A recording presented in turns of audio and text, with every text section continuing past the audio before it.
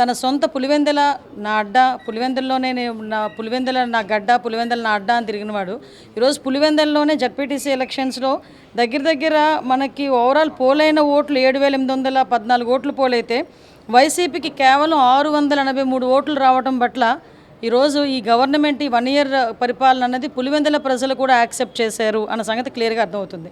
అన్నిటికీ మించి పులివెందుల ప్రజలు ఈరోజు ప్రజాస్వామ్యాన్ని రుచి చూశారు.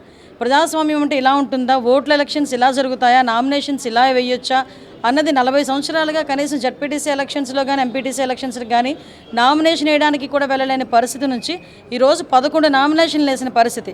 ఈరోజు ప్రజాస్వామ్యాన్ని మేము ఇబ్బంది పెట్టామని మాట్లాడుతున్న జగన్మోహన్ రెడ్డి ప్రజాస్వామ్యాన్ని కనుక మేమే ఇబ్బంది పెట్టుంటే 11 నామినేషన్లు ఎలా పడతాయి? ప్రజాస్వామ్యాన్ని కనుక మేము ఇబ్బంది పెట్టేటట్టయితే ఆ ఎన్నికల ప్రచారం ఎలా జరుగుతుంది? ప్రజాస్వామ్యాన్ని కనుక మేము ఇబ్బంది పెట్టేటట్టయితే అంతమంది రాత్రులు కూడా బార్లు తీరి ఎందుకు ఎలక్షన్లో ఓటుకు వినియోగించుకుంటారు? ఒక్కసారి మనం కూడా ఆలోచన చేసుకోవాలి.